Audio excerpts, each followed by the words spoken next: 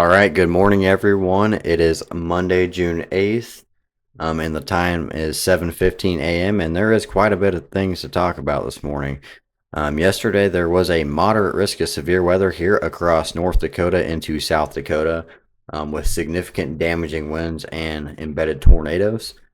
There were a couple of spots that had up to 90-mile-an-hour winds up here. And we will continue to see severe weather throughout the rest of the week this week. As you can see down here, there are several risks clear through Friday. And here's what we got going on right now across the country. Notice we just kind of have showers and thunderstorms meandering across the central U.S. this morning. I do want to focus here into Illinois.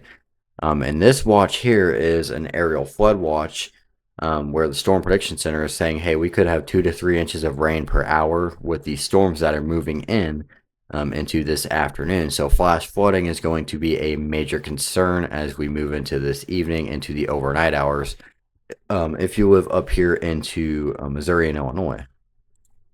Now, the day one outlook here, we do have a level 2 out of 5 on the severe weather scale for places like southern Nebraska, northeastern Colorado, into Kansas here, as well as another marginal risk over here in southern Illinois.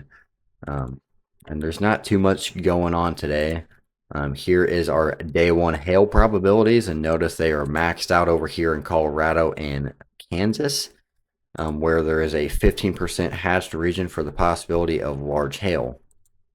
Now, if we move over to the day one wind risk, and notice this is basically in the same area here, anywhere from Kansas into far western Nebraska into northeastern Colorado. Now, tornado probabilities are maxed out over Colorado, where we do have a 5% risk over here, but we do have another risk over here across southern Illinois, where the Storm Prediction Center has went ahead and highlighted a small 2% region here. But I do think the big concern is going to be as we move later into this week, and you can see by tomorrow, we do have a enhanced risk already for places like North and South Dakota into Minnesota over here, with a marginal risk extending off to the southeast into the Mississippi Valley region here. And this is for tomorrow. There is a 10% hatched region. And this is a SIG category 1 for tomorrow. So there is a pretty elevated tornado risk tomorrow. So have multiple ways to get watches and warnings, especially here across North Dakota. Day 3, I do think day 3 is going to be significant. I do think this can be upgraded to a level 4 out of 5 or moderate on the severe weather scale by the day of this event. Notice there already is a day 3 enhanced risk. So we have an enhanced risk 3 days out. You don't see that too often, but this looks like it's primarily going to be for damaging winds. But I do think there is a strong tornado threat here across central Wisconsin, and that is where the focal point for this severe weather event is going to be on day 3 or Wednesday. And notice the CSU AI model is kind of highlighting and zeroing in on central Wisconsin as being the primary area for concern on this day.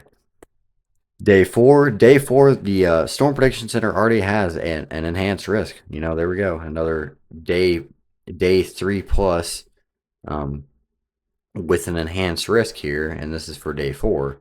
But we're this far out, and the Storm Prediction Center is this confident that we're going to have severe weather here across Illinois, Missouri, Indiana into southern Wisconsin. I do think this could possibly become a derecho.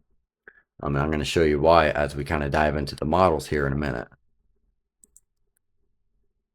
So this is what we're looking at right now. This is the 006Z GFS model run. This is what we have going on right now.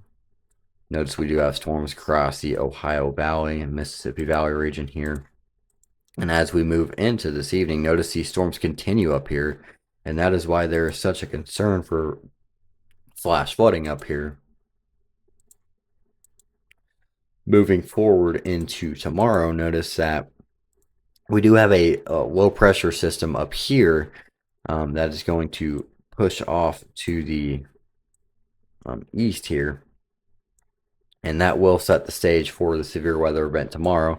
And that is why there is already an enhanced risk of severe weather tomorrow. The 987, that's a strong low pressure system. That is why there could be a tornado outbreak possibly tomorrow. And let's take a sounding up here. So these soundings are highlighting the risk of a tornado here. We have curved photographs up here. My concern would be this dew point to temperature spread here in the lower levels. You want to see those a little bit closer together, or the storms could end up being a little bit more elevated. But as we continue to push off to the east here with this particular storm system, and we move into the evening hours on Wednesday, notice we still have this 987 millibar low pressure system here in southern Canada, and that will set the stage for Wednesday's severe weather risk here into Wisconsin and places back off to the southwest.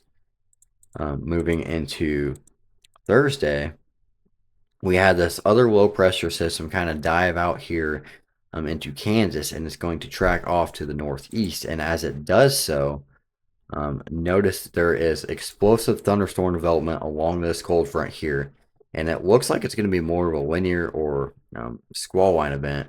And that's why I do think there is a possibility of just damaging winds or even a derecho on day 4. And that continues to march off to the east. And then as we kind of move into Friday and this weekend, things quiet down a little bit. There's not too much going on, but I do think by the end of this week into early next week, things will continue to pick back up here across the central United States, back here into traditional Tornado Alley. Now the tropics, we do have Tropical Storm Boris here in the Pacific, moving off to the northeast at 2 miles per hour, and the maximum sustained winds are 40 miles per hour. And back here off to the southeast, there is another disturbance that the National Hurricane Center is highlighting. And this one in particular has a 90% chance of developing over the next 7 days, and a 90% chance of developing over the next 48 hours. So if you live in these regions here, have multiple ways to know what's going on down here. But anyways, here, back to what we have going on right now. There's not too much going on across the country. Quite a bit of storms across the central United States, but nothing severe right now. But things are going to get very active from tonight basically through the rest of the week. So have multiple ways to get watches and warnings. If you guys like the video, make sure to subscribe and share the video so we can get the content out to more people. But other than that, that's all I got. Thank you guys for watching, and I hope you guys have a great day.